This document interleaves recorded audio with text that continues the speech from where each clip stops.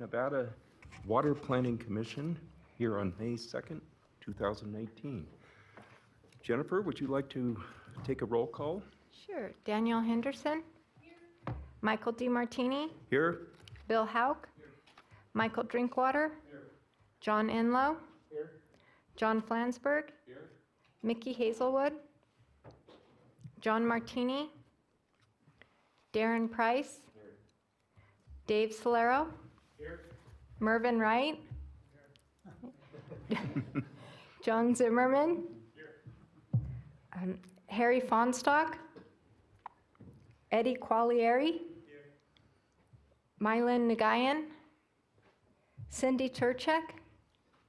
Ron Penrose. Here. We have a quorum. Thank you, Jennifer. Now, our first item on the agenda is public comment. We do have a public comment request card from Kathy Brandhorst, and this will be limited to 3 minutes. Kathy?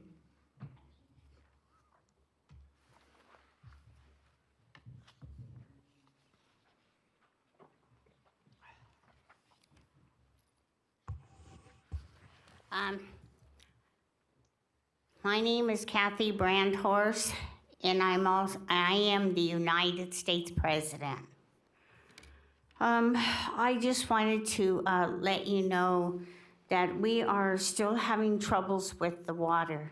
Those water tanks up there near the Victorian and Stanford area, I heard that they are all draining all the way down to the bottom of the barrels because there's no water left in them. They were full. Who is stealing all this water? I have no idea.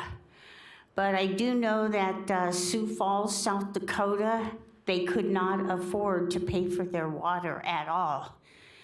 They could not afford to even have it turned on in their own homes either because they owed monies for the water.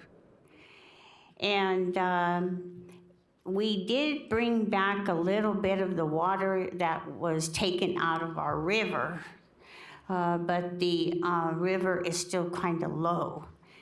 And I just wanted to let you know they have no right to steal our water out of our area at all, not from Reno and Sparks. And this needs to be stopped. We don't owe Sioux Falls, South Dakota, nothing. But they think that they can steal my money out of my bank accounts. Because why? Because they were charged embezzlement for stealing my checks, cashing my checks, and they didn't have their names on those checks at all to be cashing them, so they were charged embezzlement. And what does that mean to you? Well, that means that they were charged embezzlement, so they cannot ever get a job. They will never get no type of money, no income, no nothing. And so what's going to happen is that they go to jail, they go to prison, and we have raised that from 15 years to 20 years in prison. But I do not see you people at all in the prisons. You are still walking the streets, you're still bank robbers, you still shoot down the tellers in the banks, just to bank rob any bank here in Reno. I was catching my bus right after church, and I saw all of your faces showing through the bank robbers. And I identified a few of you, but I could not identify all of you that were bank robbers that night.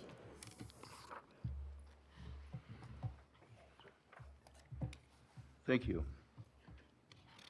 Okay, our next item is approval of the agenda. This is an action item.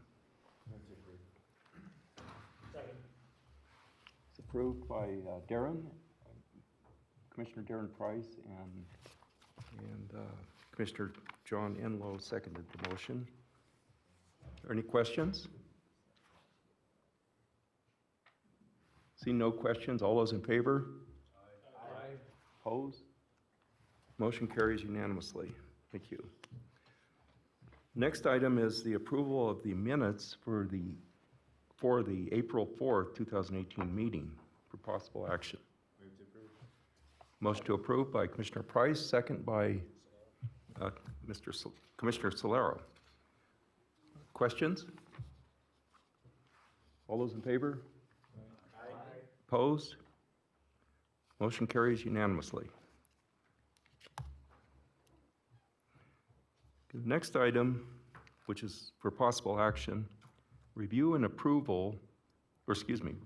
possible approval of a scope of work and budget not to exceed $12,500 per year for 2 years from the Regional Water Management Fund for the Nevada Landscape Association, NLA, Certified Landscape Technician Program, and if approved, authorize the Northern Nevada Water Planning Commission Program Manager to execute an agreement with the NLA for that purpose. Pam Bedard, Certified Landscape Technician Program Administrator, NLA, and Lane Christman, Truckee Meadows Water Authority. Mr. Chris Whistle? Yes, thank you, Mr. Chair. Just a brief background. This item is a funding request from the Nevada Landscaping Association to partially fund the Certified Landscape Technician Testing Program for the next 2 fiscal years. That'd be fiscal year 18-19 and 19-20 in the amount of $12,500 per year. The testing program has been supported by the Water Planning Commission since 2004 and was based on the recommendation of the subcommittee for the Subcommittee on Conservation. It is also a program that TUMWA continues to find valuable in their programs. Here today to present, as you indicated, is Pam Bedard from the Nevada Landscape Association, also Lane Christman from TUMWA. So with that, I'll turn it over to Pam. Thank you, Mr. Wilson. And Lane.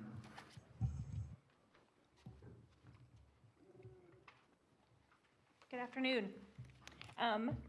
Also from the Nevada Landscape Association, the current president, Rick Clark, and administrative assistant, Julia Gardner. Sorry, I had your maiden name in my head. So you have all seen the proposal that I sent to Chris Wessel. Not much has changed the last time we presented as far as where the money is going. Some things have changed as far as what we're doing to get more candidates through the complete certification program. We have started producing a lot more hands-on training that we did not provide in the past.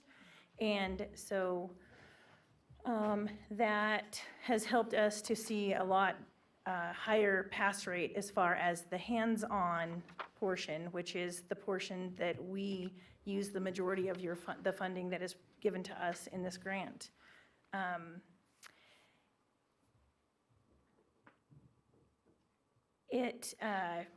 Unfortunately, a lot of the testing, some of the testing is a written form of testing.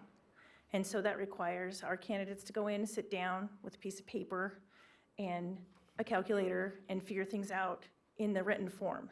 And we're struggling a lot more with that portion of the testing as far as getting them to pass that, but we also have been trying to train them in that capacity a lot higher than we have been in the past too. So, do you have anything you want to add? I would. Okay.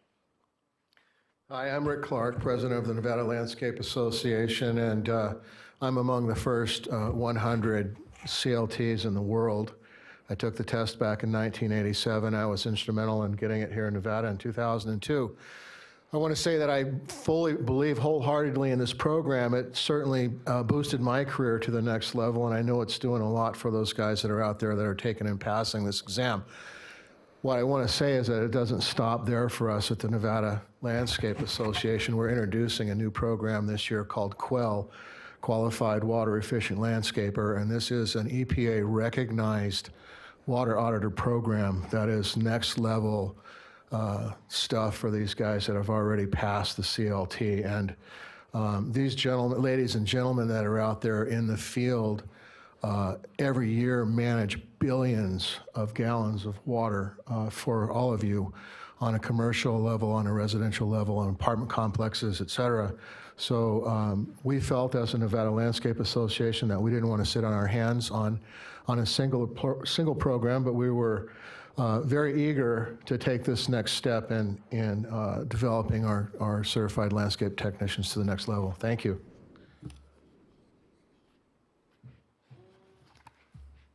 Is there anybody else who would like to speak?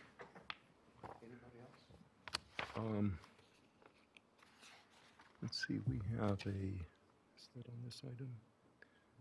We do have when will we do that? You can have discussion first and then have her talk before you ask for a motion or have her talk now. We do have one public comment for this item. Ms. Kathy Brandhorst, would you like to come up and speak on this? And I believe the limit is 3 minutes.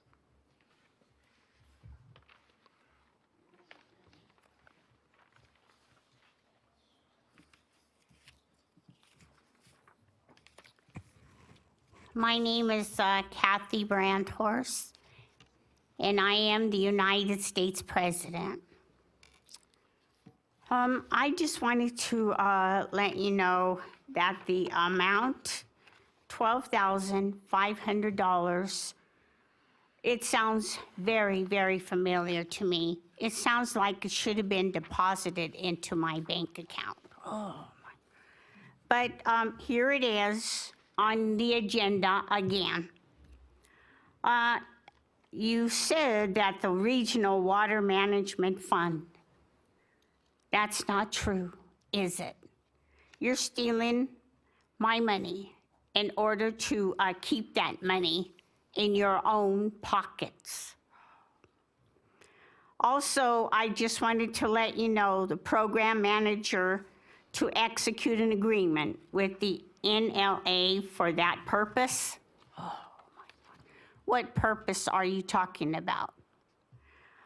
Well, I'll just have to let you know the scope of work and budget, it doesn't cost that much at all, because you all in each have a payroll check to spend, don't you? It doesn't cost that much. It doesn't come out of your pockets. I also wanted to tell you, that using children to sign checks, they were beaten, bullet holes, tortured to death because they said they wouldn't sign those checks to turn them over to you. The problem is not going to go away, is it? Because the more money you steal from other people, it's going to be pocketed in your own pockets. I know that each and every one of you have your own money, your own payroll checks. You don't need to actually budget yourself or scope of work. We know that the water can be tested, and it can be under this scope to find out if the water is clear or not, if it's going to be drinkable for everybody in the city, or if it's going to be used in the city itself. But you do not have to say $12,500 that people are going to recognize. And the program manager to execute an agreement with the NLA for that purpose, boy, we all know what that is this time. Okay, thank you. Now, would anybody like to discuss this item? Commission? Go ahead, Mr. Oh, yes, Commissioner Flansburgh. Yeah, I just have a question. I didn't see anything in the packet that talked about how many candidates you have or what the passing rate is. Do you have any information in regards to that? Okay, so This year, we already have 2 candidates that are signed up to take the test in August. And we had 2 candidates that passed the written portion of the exam in January, when we did our last written exam. So they are actually candidates that were retake candidates that had taken the actual certification exam last year. So the funding that from 2017 is when they actually started taking the exam, but they actually got their certification in January of this year. In 2017, we had 17 candidates, both retake and, right? Both retake and full candidates. So, do you remember how many? It's on there. I think there's 3 tabs. So every year we offer for the retake candidates that they can come for the next 3 years and try to pass the certification test. Because it is not, I think we've had maybe 3 individuals in the entire time in the inception of this program that here in Nevada that have passed the exam in 1 try. So we have a lot of retake candidates, and I think we talked about this last time a little bit. So in that possibility, some of these candidates that I'm going to tell you about are retake candidates. And then we finally get them to the portion where they can actually pass the certification exam. And then after the 3 years, they have to retake the entire exam. They don't get an opportunity to continue retaking it. It is something where we allow them some time where they can see where they might have failed and then pass the exam. So last year we had 18 candidates total take the exam. Out of those 18, we had 3 pass between the 2 this last January and the 1 that passed last August. In 2017, we had 13 candidates, which of 3 passed. In 2015, we had 15 candidates, of which 3 passed. And then in 2014, which of course was a long time ago, we only had 1. And at that point, I think that was the lowest pass rate we had had. So a 5th sounds like that's about what's happening. Any other questions?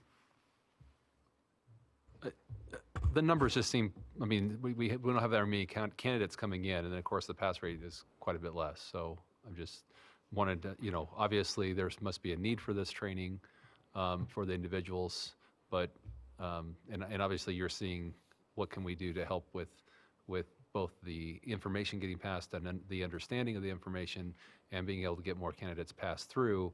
So obviously having these candidates out there, having them do this work is what's really going to be the benefit in the end of helping to conserve water. And so but the numbers seem pretty small with the amount of money that's being put into the program. So that would be my only concern. Yes. There is one thing I will say about this program is that it's not based just, especially the irrigation part of it, is not just based on construction. And so it's based a lot on maintenance. And so when Rick says that these people that are certified are out managing billions of gallons of water, it's not, I want you to understand that the certification is both construction and maintenance, and they're tested on both of them. So do they know how to construct it? Yes. Do they know how to maintain it? Yes. And so that's where that management comes in. If something's not necessarily designed correctly in the construction phase, that's something that hopefully these gentlemen and ladies that are passing this certification exam and learning by coming and taking the certification exam, learning the things that they should be doing based upon what they are doing, and we're finding that too. That's why the pass rate is possibly so low, because of the fact that they're coming in and they don't know how to do any of this stuff. And so we are testing them and then training them, and then it is our hope that they will eventually continue with the testing so that they can eventually become certified, and that those people are the people that know what they're doing out in the field. So. I have a question, Ms. Bedard. Do you know how many licensees are needed per year? Or the number of licensees or certified technicians out there, are they decreasing? Or are they keeping up with the demand? Or what do you see in the future? Most of them that become certified maintain their certification. Some of them like retire from their jobs or maybe go into a different field, which we have found also that because, especially with the economy, they went into a different field and now they're no longer keeping up their certification. I think my question, yes, I understand that. But with regards to the industry, it's like right now in the carpenter trade, I think there's a lack of carpenters, skilled carpenters. But what's the situation in the landscape? Are there a lack of certified technicians out there to fill the need? Absolutely, there is, yes. So then the question follows is, will this program fulfill that need, or can anything be done to help fulfill the need so we don't have a lapse of technicians in the future? Absolutely. Part of the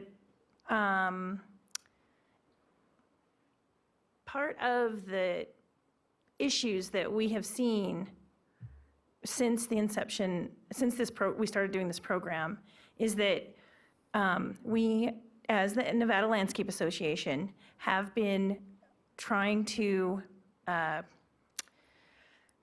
get support from the construction industry as far as that you really need to have somebody who's certified installing.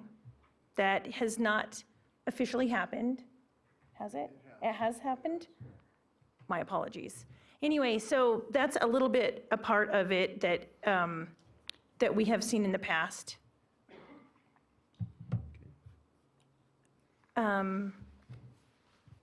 Another part is, I used to work for a gentleman who saw no value in the program because he could just hire whoever he wanted and it wasn't gonna matter, okay? So I no longer work for that gentleman.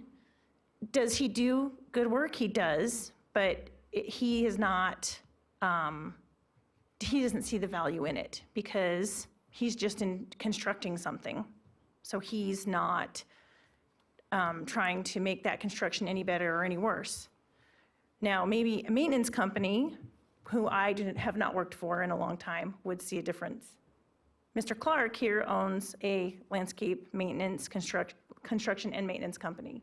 He sees value in that, in the program, not just because he's certified, and not just because he's the president of the Nevada Landscape Association, because he's trying to do the best thing he can for our community in saving water and conserving water and doing and bringing things to a higher level. And that's a lot of what the certification program is trying to do also. Can I speak on that? Yes, please. Yes. Since I was instrumental in bringing the program here, I think I should speak on behalf of the NLA and our objectives initially. There was a study done, I believe it was done by Tumwa in around 2000, that suggested that our irrigation systems were only, on the average, regionally, 35% efficient. And that, in my mind, was a disastrous number. Our first year testing, we didn't have a single person pass that test, and that really, what that did was gave us an industry report card to tell us just exactly how uneducated or miseducated our irrigation technicians were. And so from that moment, it was our goal to get our numbers up to more like 85% efficient. And that takes into consideration a lot of factors: exposure, drainage, slope, soil, plant types, and a lot of technical details. So what our technicians weren't understanding were the importance of precipitation rates and match precipitation and head spacing being correct and the right types of nozzling being used and the proper run times for particular sprinkler heads or drip irrigation. And so not only was the hardware being installed improperly, the hardware that was installed wasn't being managed correctly. And you know, what I see on a regular basis is water running down the streets all over our city. And I really would like to put an end to that completely if it were possible. But you know, realistically, it's like eating an elephant. We can eat an elephant a bite at a time, and that's about it. And we've taken a lot of bites. And I think we're at over 80 certified landscape technicians in Nevada today. And I think if you do the math on that and you start looking at that in terms of how many billions of gallons these individuals are handling, that's an achievement unto itself. One of the reasons that this doesn't have a higher pass rate is because we don't just shuffle people through this program and give them a certificate. They have to meet our level of quality and standard in order to get that certification. And those are the guys that we want managing our irrigation. So does that answer your question any better? Yes, and thank you very much. Is there any more? Are there any more? Mr. Chair, if I Yes, might. I had a question with regards to the pass rate, and is that, is this a multilingual type It is. program? Okay, It so is. that's not a barrier to folks passing? No, this? it's done Okay. in both languages, and that's developed since we started the program. The other thing is that the training itself is something that developed after we did our first test to see how we could actually facilitate this whole thing and make it more successful. So if these gentlemen don't pass, they don't have to come back and retest the entire test. They only retake the modules that they missed. So we get these guys together in a classroom and we teach them how to pass this test and how to do these things correctly. Okay, thank you. Any more questions? Yes. Yes, sir. Drinkwater. Actually, I have a question for staff. Mr. Wessel, perhaps, Yes. or Mr. Smitherman. So I'm looking through the past minutes, and currently we have a PO for this program in the existing fiscal year that we've spent no money on. That- And so help me understand is, Yeah, that's a good question. So typically what this program does is at the end of the fiscal year is when they bill us. In fact, we just received their billing last week, and that's in process now. What you have in your packet that shows you the progress of the projects current, those are directly out of our accounting system, and we do that because that's what we have to go on and base our understanding on in our billings and accountings. And so we provide that to you also. It is latent, and it doesn't have all the up-to-date information. Next meeting, you'll see that has been completed 100% for this fiscal year. and so we were invoiced the entire $12,500? That's correct. We receive a single invoice per year. That happens with this program and several other programs, the water audit program, others, they do the same thing. So you'll see a couple of them on there that haven't been completed for the fiscal year. Thank you, Mr. Wessel. Okay, seeing no more questions, would anybody like to make a motion on this item? Yeah, I know. Okay, we have a motion from Commissioner Hawk, second from Commissioner Zimmerman. Any questions? Seeing no questions, all those in favor, say aye. Aye. Opposed?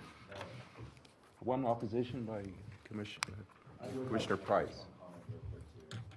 I guarantee you, if you see water running anywhere in this town, if you call your local water agency, they'll put a stop to it. They will come out, take a look, find out where the source is coming from, and a lot of times do an audit too, to let the homeowner or business owner know what's going on. So I want to make sure everybody understands that. It's not water running all over the community. You call the water agency in your jurisdiction, they will come out and investigate and see what's going on, for free, guaranteed. Thank you on that, Commissioner Price. Okay, so motion passes. And we'll go on to item number, what are we on, 7? 6. 6.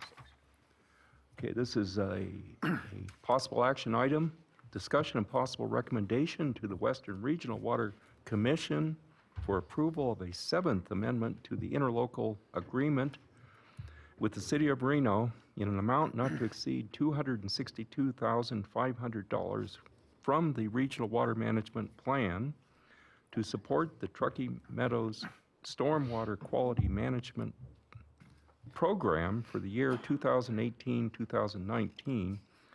And we have Mr. Chris Wessel here, Water Management Planner, and Teresa Jones from the City of Reno. Yes. Yes, Mr. Wessel. All right, thank you very much, Mr. Chair. For many of you probably aware of this, and I certainly know the directors of the various of Reno, Sparks, and Washoe County are familiar with this program. The Stormwater Permit Coordinating Committee was formed by an interlocal agreement and to develop and implement the community's EPA municipal stormwater permit. The committee is made up of staff from Reno, Sparks, and Washoe County and is administered by Reno. The funding for the program from the Regional Water Management Fund began in 2011 at the request of the Western Regional Water Commission, and has continued annually at a rate of $262,500 per year.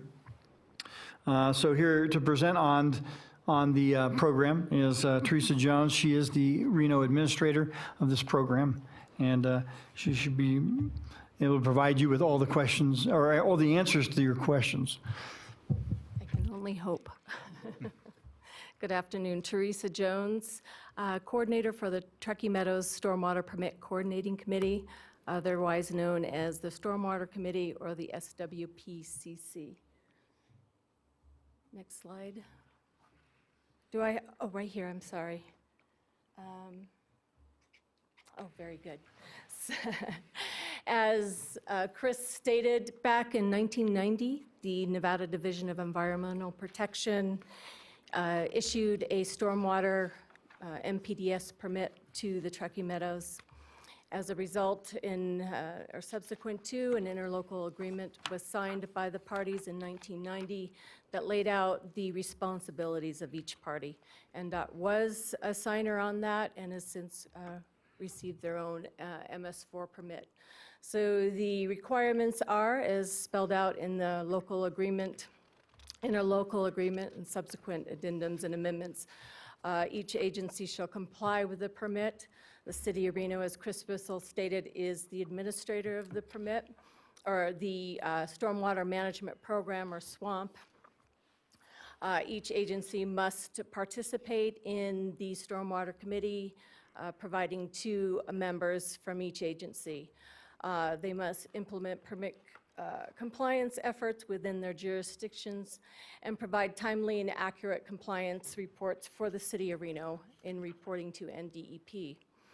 That interlocal agreement also lays out the duties of the Stormwater Committee excuse me. We must prepare an annual work program and budget, which you have before you, that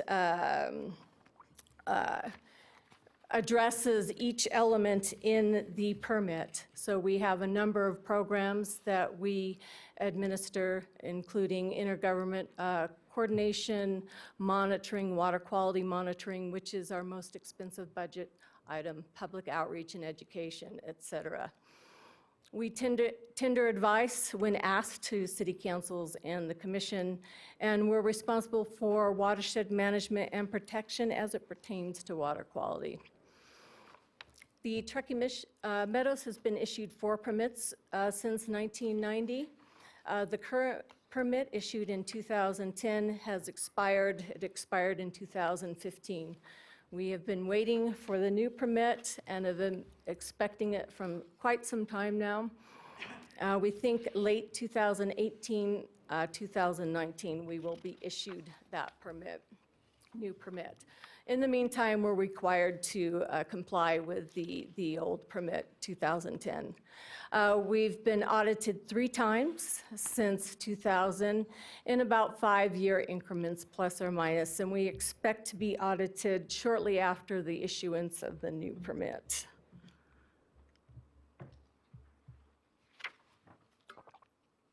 I wanted to highlight 3 of the programs that are implemented by the Stormwater Committee, how they've grown and expanded and matured over the years, and kind of detail what this money is being spent on.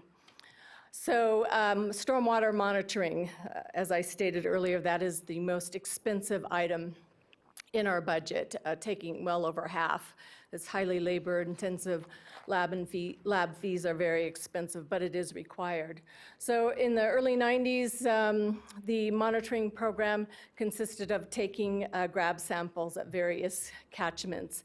And as the permits were reissued and became more stringent, our stormwater monitoring became a bit more robust. We started in-stream sampling, automated sampling with ISCO samplers. We started looking at the urban watershed, bracketing our monitoring program, looking upstream and downstream of the urban areas, really trying to capture the effects of stormwater on our creeks. And we started looking at, in 2010 through 2015, the committee started looking at the pollutant load impacts and potential impacts on the 303D list and the TMDLs. Our annual sampling and analysis plan has been refined over the years, and now we're starting to evaluate the pollutant loads from the catchments and really looking at how we can improve. Post-construction for new development and significant redevelopment. In 2001, we established a plan with the goal of implementing the program in 2006. Since then, in 2004, we developed a structural controls manual that is accepted region-wide, took a lot of input from a lot of different groups and agencies. We developed guidance worksheets in 2005. We developed a low-impact development manual and provided training sessions for the area's engineers and other planners and whatnot. And we're continuing. We've updated those in 2013 and have held a number of training sessions in those. Our construction, industrial, commercial inspections program. Back in 1990, the permit required construction of 5 acres or greater. We developed a BMP handbook. In 2003, permit requirements required inspection of sites 1 acre or greater. So the Stormwater Committee implemented or began the development of local ordinances to enforce that. We developed inspection programs that were adopted by all the agencies, developed a construction BMP handbook and field guides, and provide annual training for construction inspection folks, our industrial, commercial inspection staff, and to the contractors and their SWIP inspectors as well. This is just a slide of the most recent handbook updates that we've provided. Again, these have been adopted region-wide, and we provide annual training on each. The Nevada Contractors Field Guide is a very popular manual, and we get requests for that all the time. So again, this year's funding request, 262.5, is split up among stormwater quality monitoring, again, our highest budget item, public outreach, technical guidance, and City of Reno's costs for administering the program.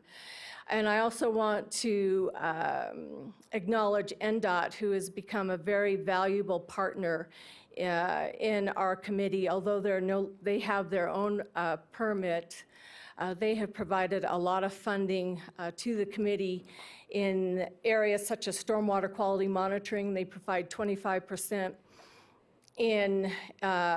for that effort, 25% for our watershed assessment efforts, and public outreach, where they impact through their roadway or see benefit of them, benefit to them. So we're really thankful for that. We're really thankful for this committee's continued support and our annual ask for funding. So thank you very much for your time and attention, and I'll be happy to answer any questions you have. Anybody have any questions for Ms. Jones? See, Jim?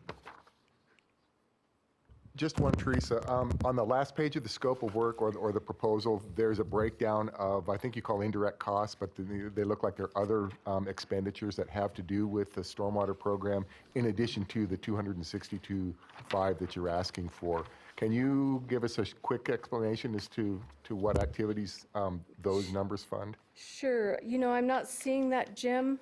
So I have, Is it in the staff report then? Yeah, it's in the staff report, and I believe the information there is the description of the amount of money that's Oh. spent by the various entities. correct, yes, a very important point. Thank you very much for reminding me.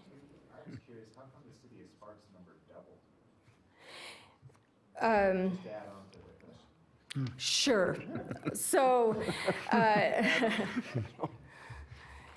this table that's in the staff report, it shows spending for fiscal year 14-15, 15-16, and 16-17. And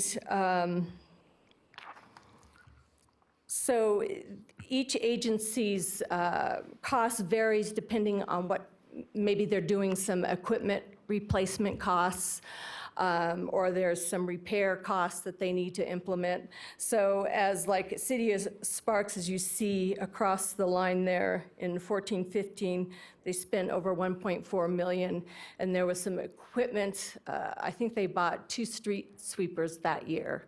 So the next year, they didn't.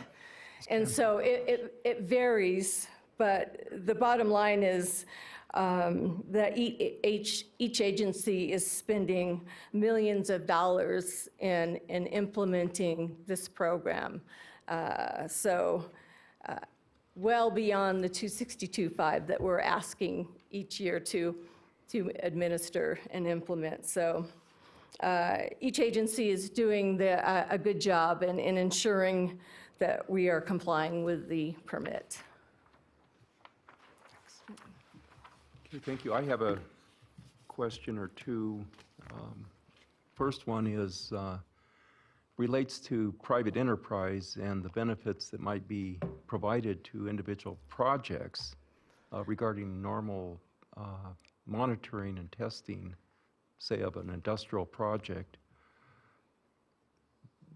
Are the private properties that are benefiting by this, is there a fee mechanism where they can refund fees for testing that might be of benefit specifically to those projects? Or does that So I'm not aware of anything like that. I mean, each individual property owner with regards to industrial and commercial, not necessarily private residents as well. I mean, there are best management practices that they need to do. I mean, there's containment that commercial and industrial areas have to have stormwater separators and stuff from parking lots. Residents aren't allowed to have leaking cars in the gutter. But as far as the actual monitoring, they wouldn't have the expertise to do something for a regulatory reporting. So I'm not sure if I answered your question, but Partially, but I guess I can refine my question a little bit better. Let's say some industrial building is required by the NDEP to test their catch basin for oil or something. Would they be doing that themselves, or would the city be going out on private property and taking sure, samples? no, the city or the Stormwater Permit Committee wouldn't be doing that. And yes, they would be doing that in sampling and monitoring by themselves and submitting to NDP. For instance, NV Energy does that, or construction firms, when they hit groundwater during a construction project, they'll do that as well, and report to NDP per their individual permits. Okay, thank you for that. And my other question relates to, looking at your last presentation sheet, is the implement of low-impact development there on the bottom right of the sheet, where much of the stormwater, or part of the stormwater is being infiltrated into the ground. Is there any testing that's being done with regards to the water that actually is going into the ground as compared to the surface water that's going into the river? No, we are not testing groundwater at this time. However, in the low-impact development manual, it lays out areas where you should and should not infiltrate stormwater. And there are maps in there that alerts the folks, the planning folks and the community development folks that approve big developments or individual residences, and alerts them to, this is an area because of a plume or because of clay soils or soils that infiltrate too fast, that you shouldn't be implementing low-impact development practices here, or infiltration practices at this location. Thank you. Does anybody else have any questions? Yes, Mr. Hawk, Commissioner Hawk. It looks like you've been monitoring stormwater quality pretty aggressively since 2001, and probably in some cases real time. It's a long time to gather data. What have you found out in the last 16, 17 years? And what are you doing with that data? What have you found out? And I would just like to see more of this money going towards remediation and fixing problems, as opposed to more money. Yeah, that's a great question. Going back to that monitoring slide, when we were first required to start monitoring, like I said, we were just looking at concentrations at various locations, and then as the program developed, we had to refine our sampling and analysis plan and our practices.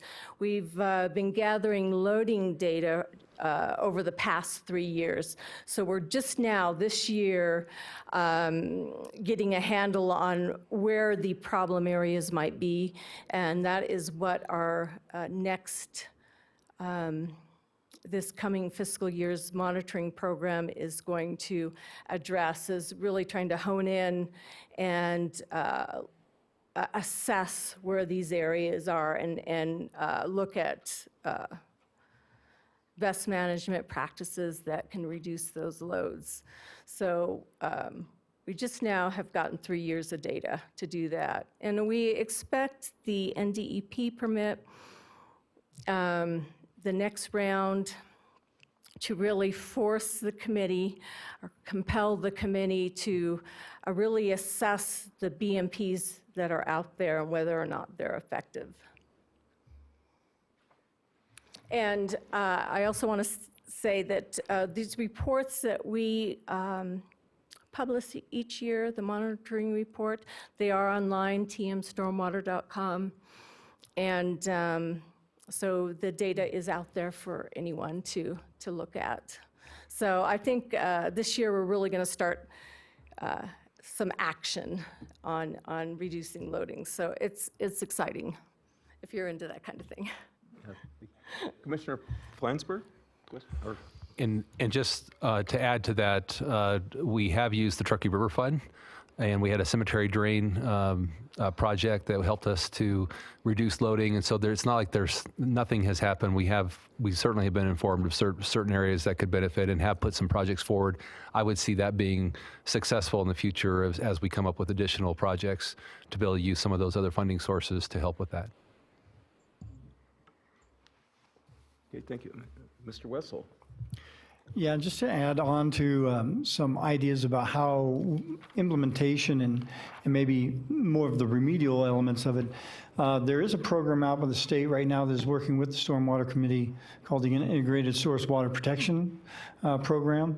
And one of the key elements of that is to identify projects that will actually result in some form of maybe a fix or a remediation, mitigation, something to that effect. And I know that's one of their key goals.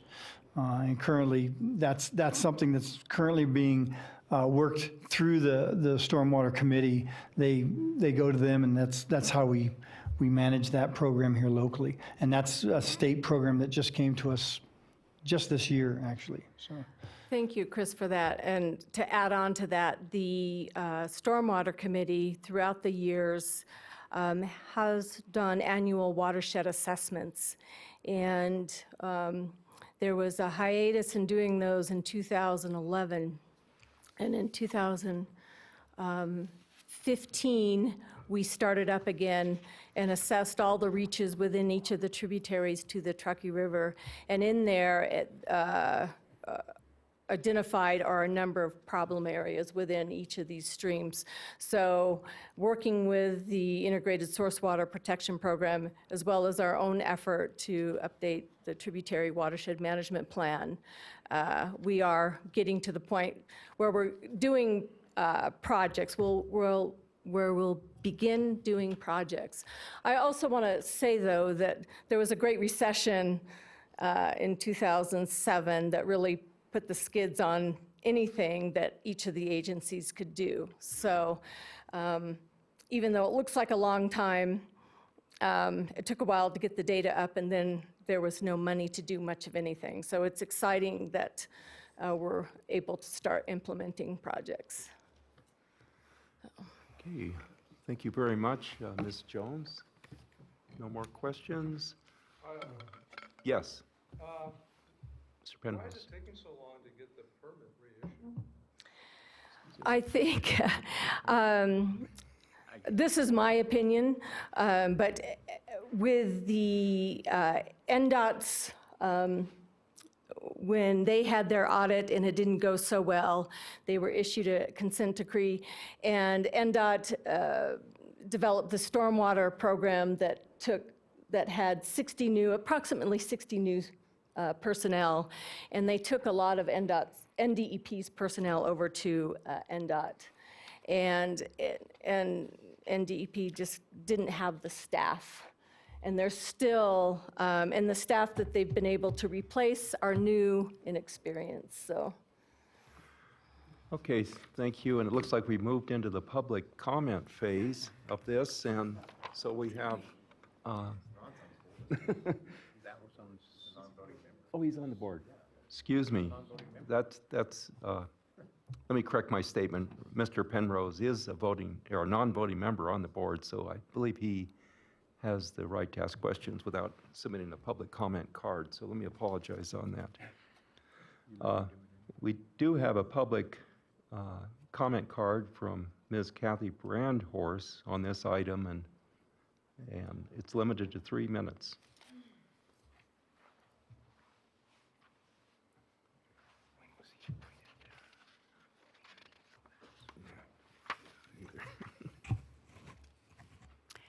My name is Kathy Brandhorst, and I'm also the United States President.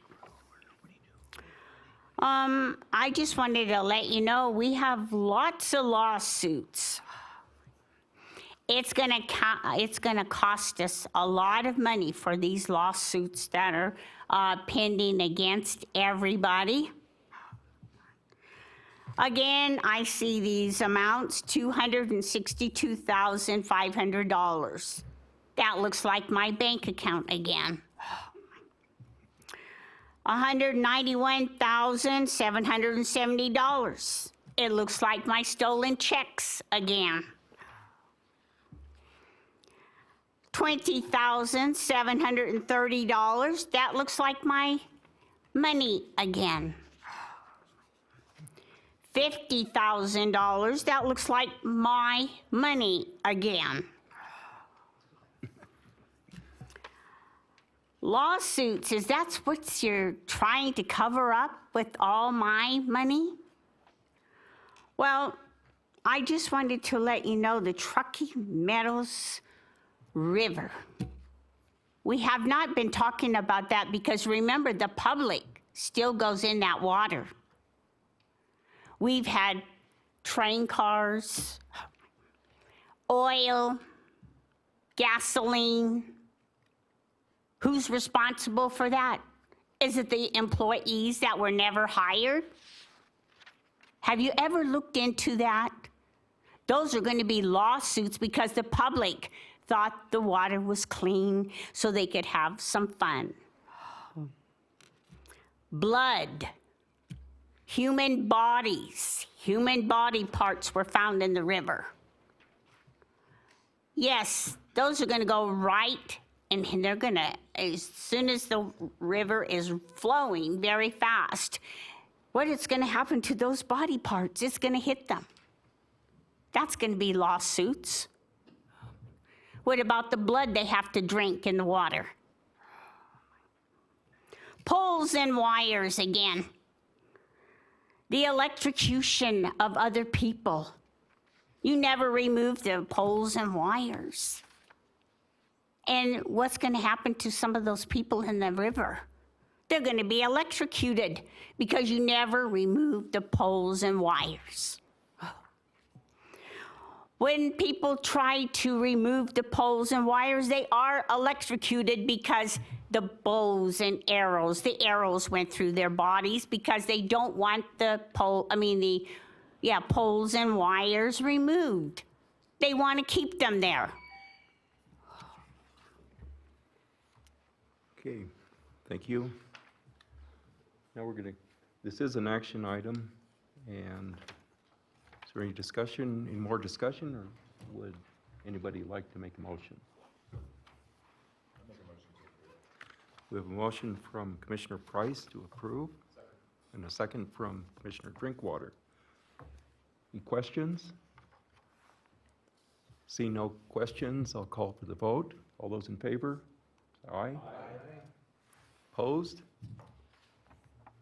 Motion carries unanimously. Thank you. Okay.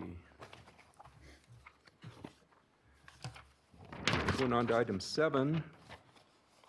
It's a non-action item. It's a report on the Advanced Water Treatment Technologies demonstration project being conducted by the University of Nevada, Reno.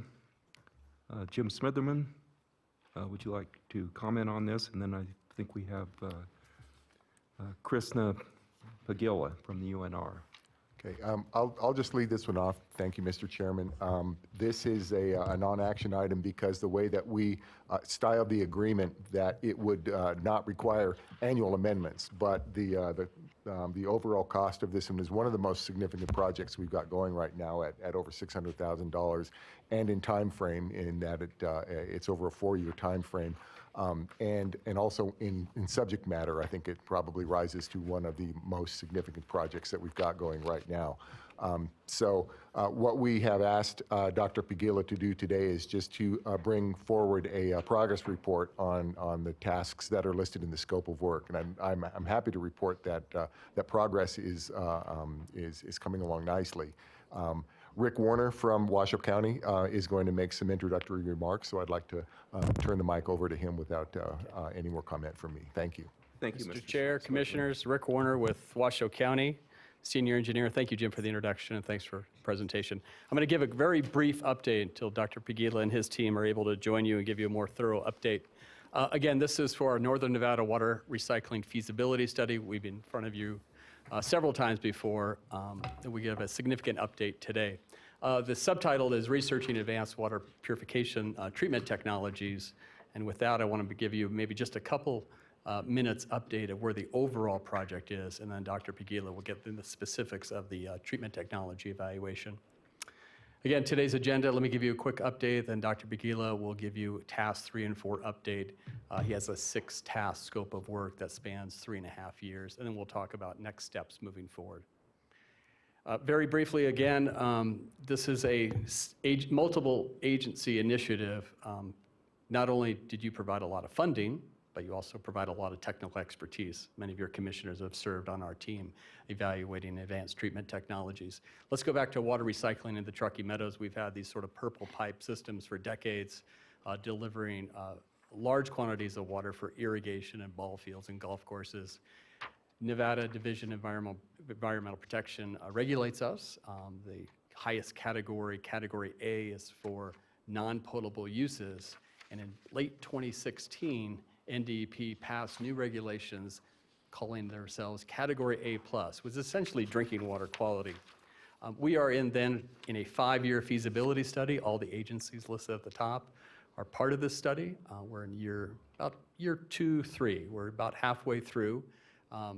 The objective is fairly simple. Is Category A+ water, does it offer significant beneficial water management opportunities to the Truckee Meadows? Some of the potential uses are high-tech manufacturing, groundwater recharge, or maybe no use. Maybe it's just a future water banking. But it gives us an opportunity to manage water in a far different way than we've done in the past. We talked about similar projects all around the U.S. and, in fact, globally that do these type of projects. We, as a team, have visited many of them.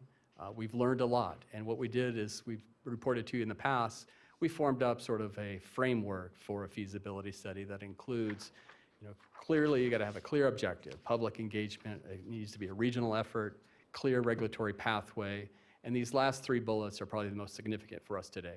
Conduct a feasibility study that's very thorough and transparent with the community. Make sure everyone knows that exactly what you're doing and the purpose and the benefits. Create demonstration projects. These are not new treatment technologies that we're going to investigate, but they're site-specific. So are they right for our community? That's really the fundamental question that we're trying to answer. I just showed you a map of the U.S. with lots of dots around it, but they're not Reno. They're not the Truckee Meadows. So we're trying to demonstrate, is it right for this community?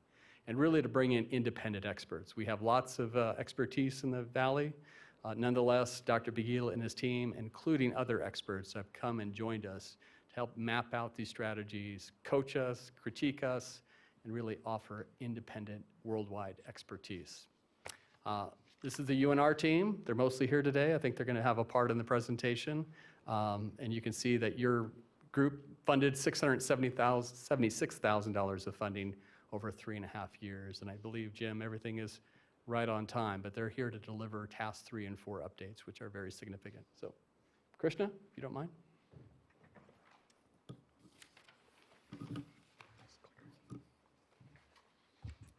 Thank you, Rick, Mr. Chair and Commissioners. Good afternoon.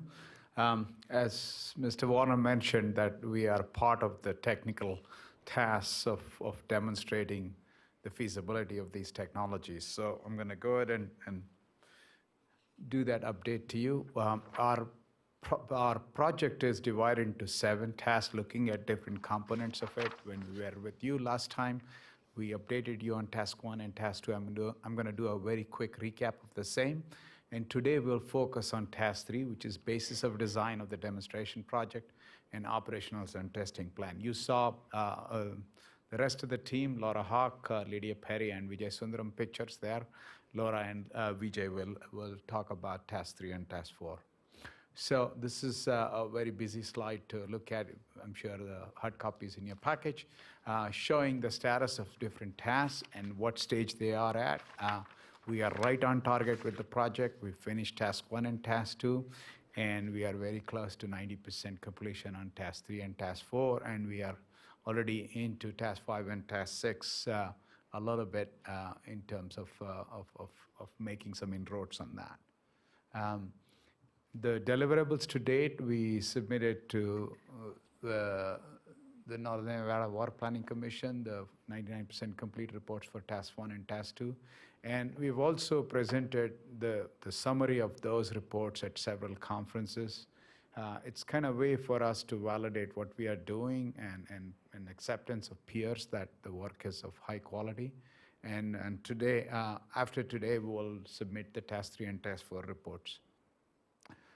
The Task 1 and Task 2 findings were we found from Task 1 that by doing a triple bottom line analysis of the scenarios, which is IPR option as well as a status quo, as we are doing, And potable reuse definitely provides greater benefits through environmental and social criteria. Potable reuse based upon national and international experience as well as the applicability to the local region is safe and a feasible strategy.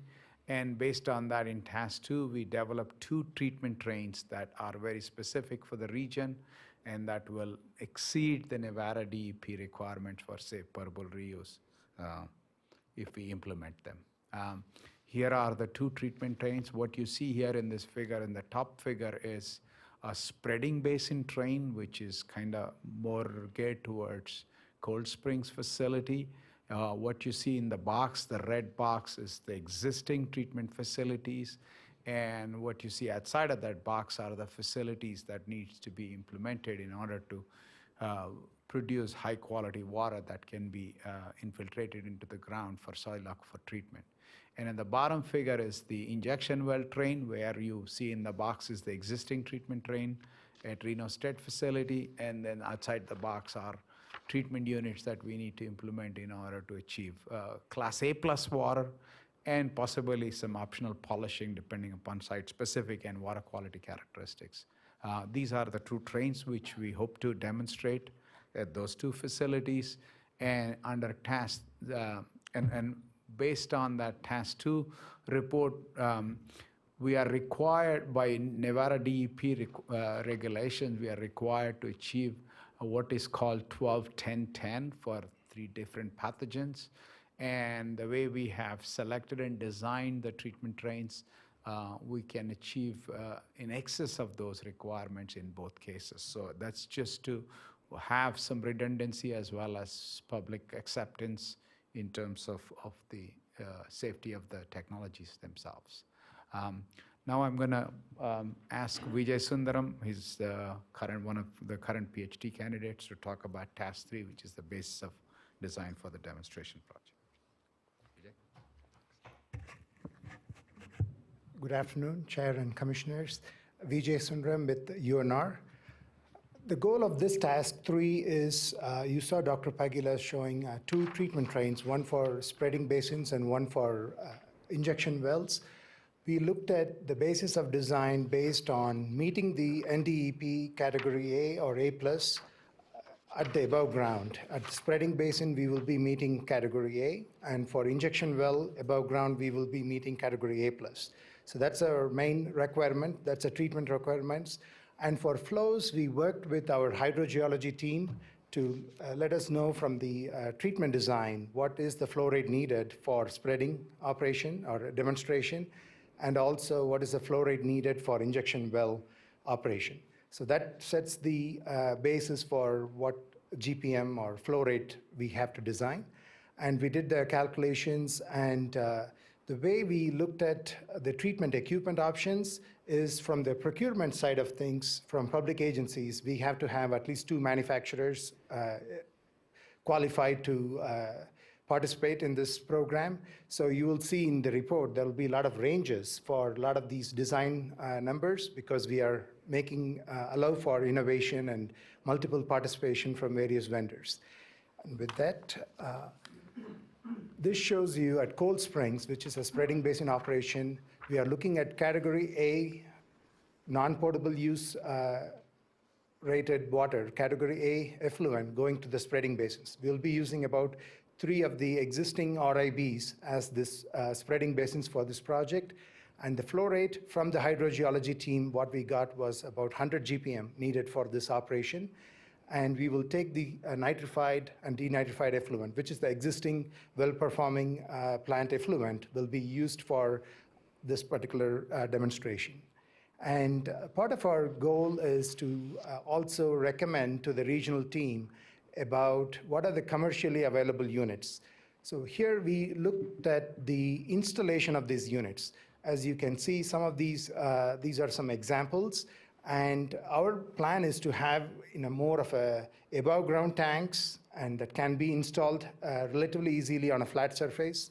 And that's a packaged unit that has coagulation, flocculation, sedimentation, and filtration unit, and that's a UV disinfection unit.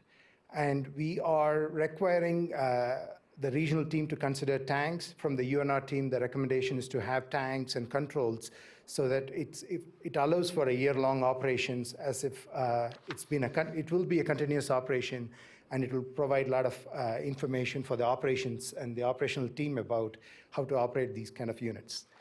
From the injection well point of view, this is the demonstration project at the Reno Stead Water Reclamation Facility.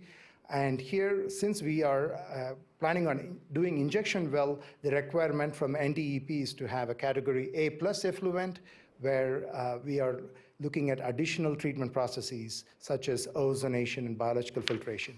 And based on the hydrogeology team, the recommendation is about 30 GPM for the injection well.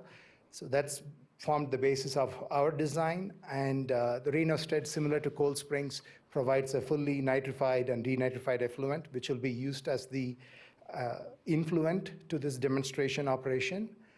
And since there is a 30 GPM, much smaller requirement, flow rate requirement compared to spreading basins, our recommendation is to go with trailers. These are mobile units, and these provide enough tankages and operational flexibility for us. And the pictures that are shown is one for the packaged filter units and a packaged unit for ozone, a biological activated carbon filter. And we are doing some optimization testing currently. That's why there is a picture shown from the Truckee Meadows Water Reclamation Plant.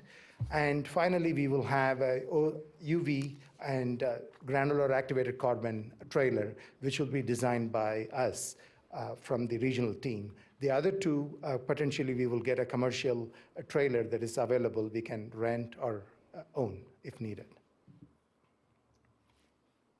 With that, I would like to transfer the presentation to Laura Huck.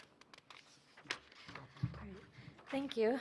So for task 4, you'll see that there are numerous items that we completed as part of this task, but the main goal of this was to develop the operational monitoring and testing plan for when we're actually operating those trailers that BJ just talked about. So in this task, you'll see the treatment trains that you're familiar with. They're labeled here with the sampling points. And so Dr. Pagila had mentioned how the different treatment unit processes act as barriers against pathogens and CECs and other contaminants that we're concerned about in the water. So these sampling points will allow us to demonstrate and actually measure the concentrations of those contaminants and to verify whether they're being removed the way that we expect them to be throughout the treatment train. And the sampling, because we'll have such a long time period to operate these units, we'll be able to conduct the sampling throughout various seasons to capture how the variability of the water quality and flow patterns impacts our process performance. And we'll be monitoring for different water quality parameters. One of the most important is the pathogens.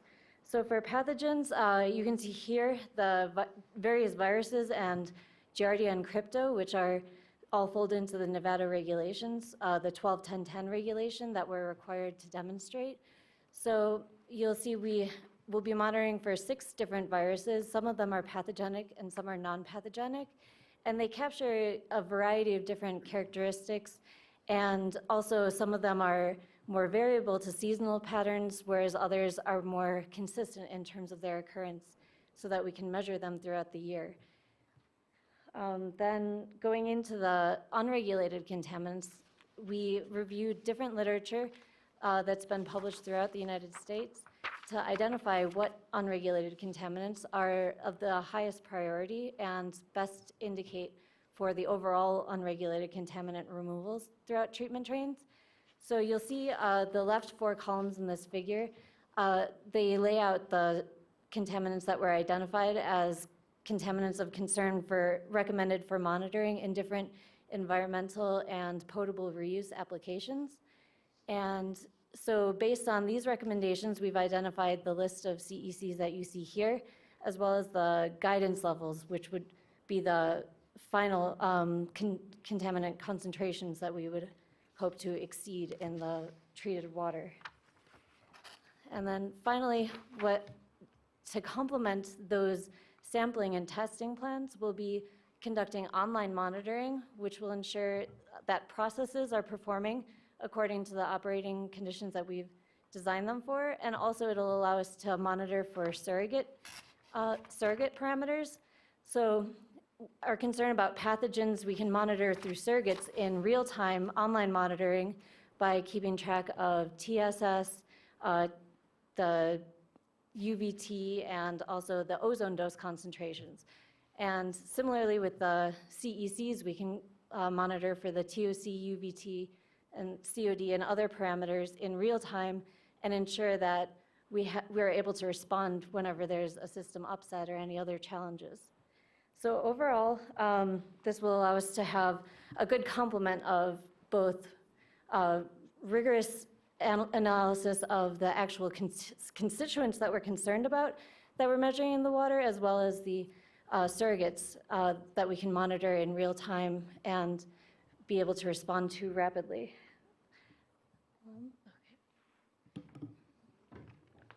Thank you, Laura and Vijay. This is my last slide.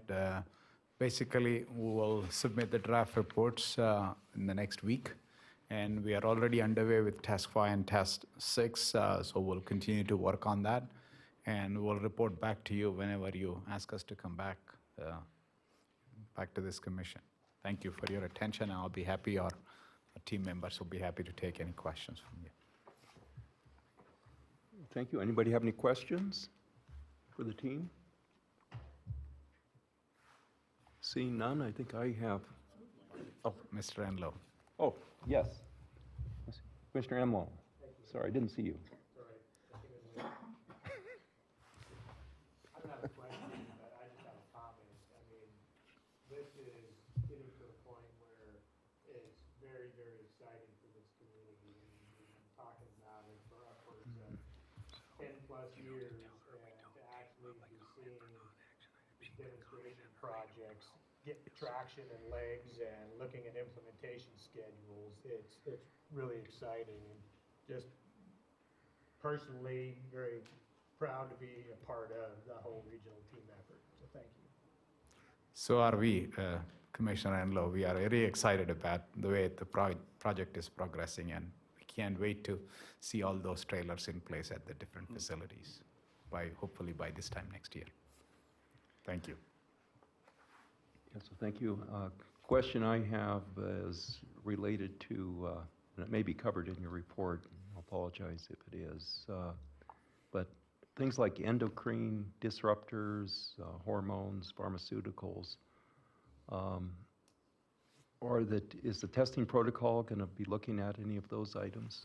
Yes, Commissioner. You saw the table Laura presented in the previous slide. These are called unregulated contaminants. So they're not part of the regulation, but any potable reuse project that wants to apply for a permit, they need to be required to monitor for these things. So that's what we are doing. What you have in here is a shorter list from the whole gamut of contaminants that are possible. And we have done work to shortlist these. These include, as you can see, estradiol is, for example, a hormone. And you have triclosan is an antibiotic, the cream that you use to wash your hands. And there are other contaminants in there, including fire retardants and so on and so forth. So this table basically covers that. Yeah, thank you for that. And obviously, it's a very large amount of testing. Considerable money will be spent on the testing, obviously. Another question I have is, any project may not work at some point in time for whatever reason.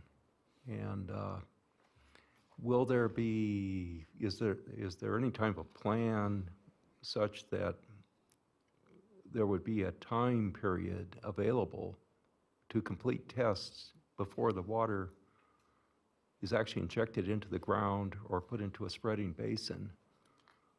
For instance, if it failed, there wouldn't be an application of this water into the ground.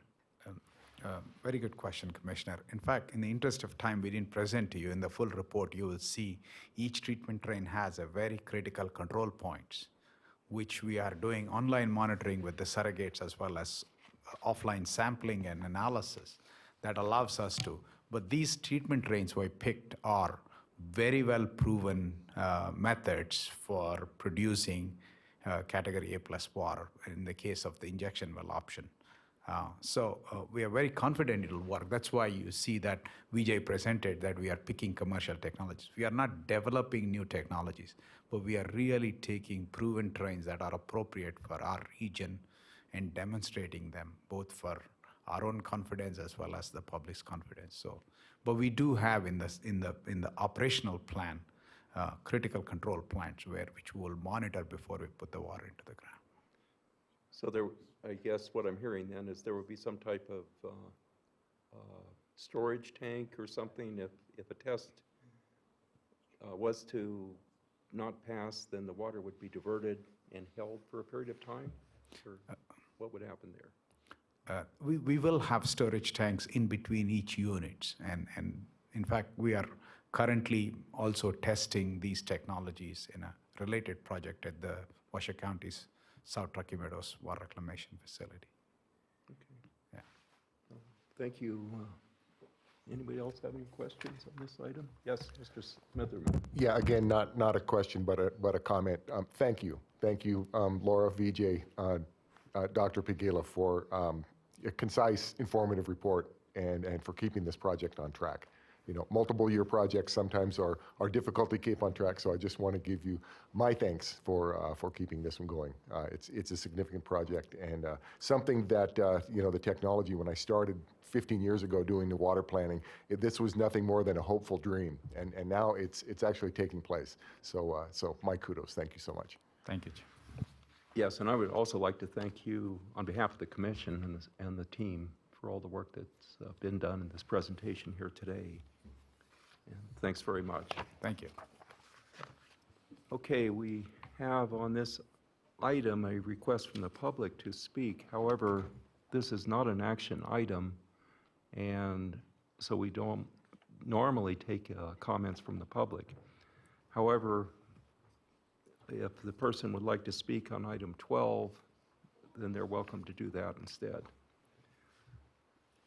So, is there anybody that is interested in making a motion on this item or giving direction? I guess it's non-action. Is there any direction or comment? Move to accept the report or just let it stand as given? Yeah, somebody could move to accept the report, or we could let it stand as submitted. So moved. We have a motion by Commissioner Flansburgh to accept the report. Second. We have a second from Commissioner Inlow. All those in favor? Aye. Aye. Opposed? None? Motion passes unanimously. Thanks again, everybody.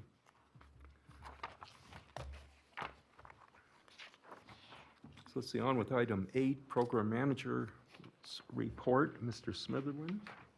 Thank you, Mr. Chairman. I'll direct you to the first page, item 8A, status report of the projects and work plan.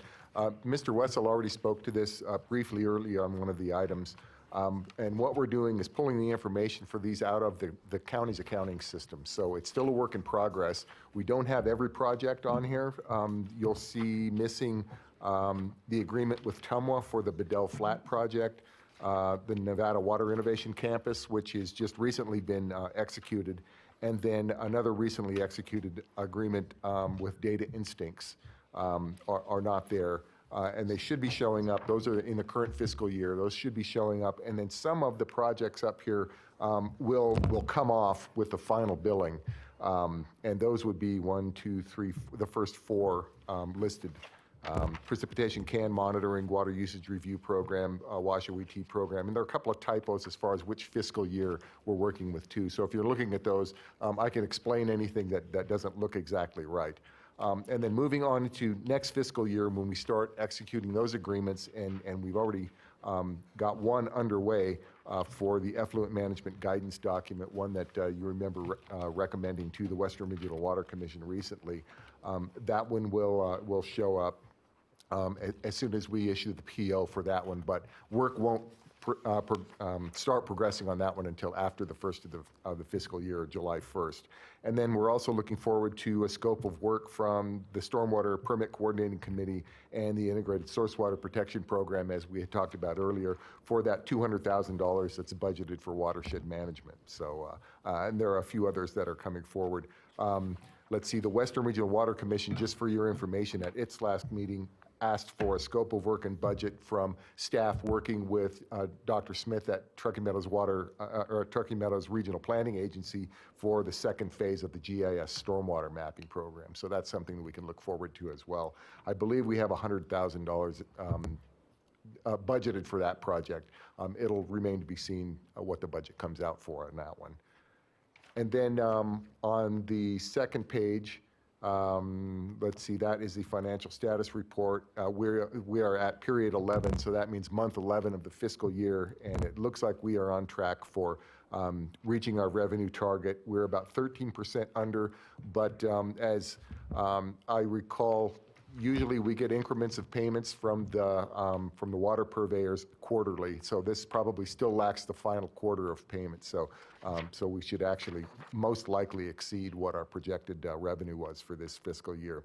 And then you can see also that our actual expenditures are far below what we had budgeted, but in the same vein, we get some of the projects that bill us one time for fiscal year, so we'll have several invoices hitting us at the end of the fiscal year, and you'll see that the expenditure amount probably takes a jump at that point in time as well. With that, I will turn it back to you, Mr. Chairman, for questions or comments. Thank you, Mr. Smitherman. Does anybody have any questions on this item? Or direction to staff? Seeing none, thank you, Mr. Smitherman. We'll go on to the next item, which is discussion and regarding location and possible agenda items for the June 7th, 2018 meeting, I presume, instead of 17, and possible direction to staff. Okay, thank you, Mr. Chairman. As following along with what we had on the agenda for this meeting, we'll probably most likely have 2 or 3 reports from ongoing projects and then requests for amendments to the contracts to continue them on into the next fiscal year.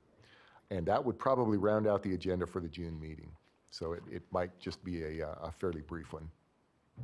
Okay, thank you, Jim. So it states June 7th, 2017. I assume we're actually looking at June 6th, 2018, a Wednesday? Yes, that is correct, June 6th. Thanks for catching that, Commissioner Flansburgh. I caught the 2018 part, but I didn't catch the June 6th part, so I'll June 6th, apologize for that. 2018, we stand corrected. Thank you, Commissioner Flansburgh, for that. That was read by 3 people 3 times. That shows you how it happens. Thank you. And I couldn't believe it said 2017. I thought it was on the wrong page. So anyway, here we are. Question I do have, Jim, is just a possible future agenda item if there's any interest, and that would be with regards to the Lower Truckee River remediation and stuff that's been ongoing out there by the Nature Conservancy, thinking that maybe after the high flows from last summer, if there was potential appetite for somebody to do a report from, I'm not sure who it would be exactly, possibly Mr. Hazelwood, but regarding, the successes and on what's going on in Lower Truckee River. I jotted that one down. Commissioner Hazelwood, do you think you could have a report together for the June meeting? Okay, that'd be excellent. Thank you. Okay, thank you very much. Anything else? And seeing none, we'll go on to commissioners' comments. Yes. So I just wanted to say I missed the last meeting, and I wanted to congratulate the new chair and vice chair. And I just wanted to thank the commission for allowing me to serve as chair last year. I enjoyed it and appreciated the opportunity. So thanks and congrats. Thank you very much previous chair. And thank you for your service. I think I did thank you last time. Appreciate it very much, and I think all the commission does. Okay, any more commissioner comments? Staff comments? Seeing no staff comments, we go on to item 12, which is public comments, and we do have a public comment card from Miss Kathy Brandhorst.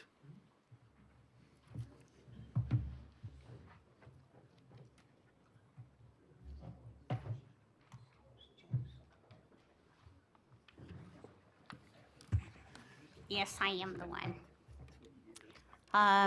My name is Kathy Brandhorst, and I am the United States President.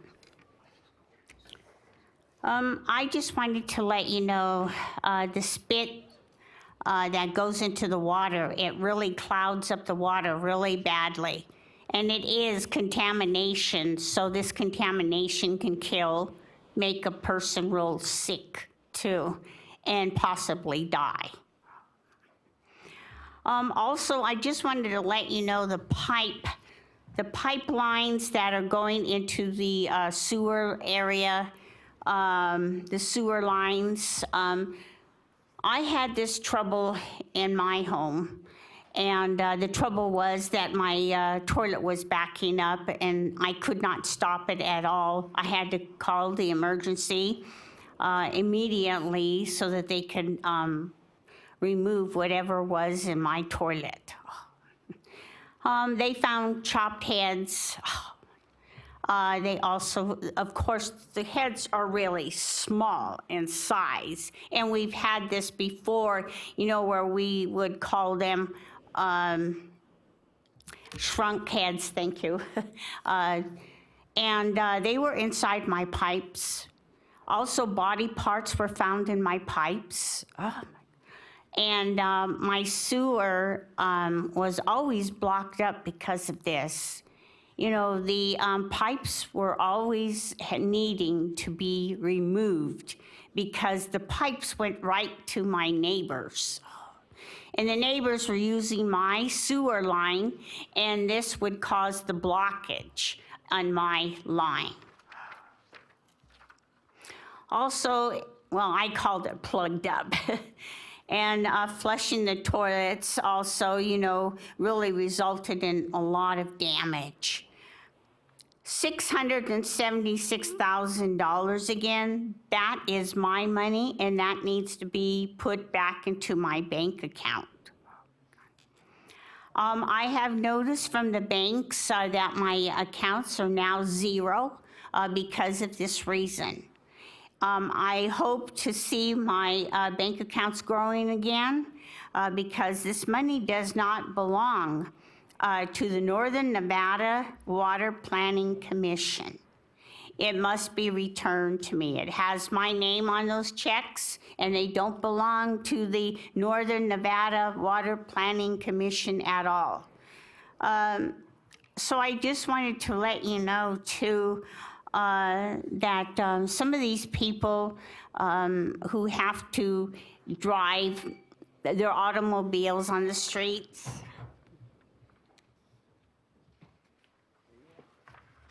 Our next item on the agenda is adjournment, and unless there's some opposition, we are adjourned.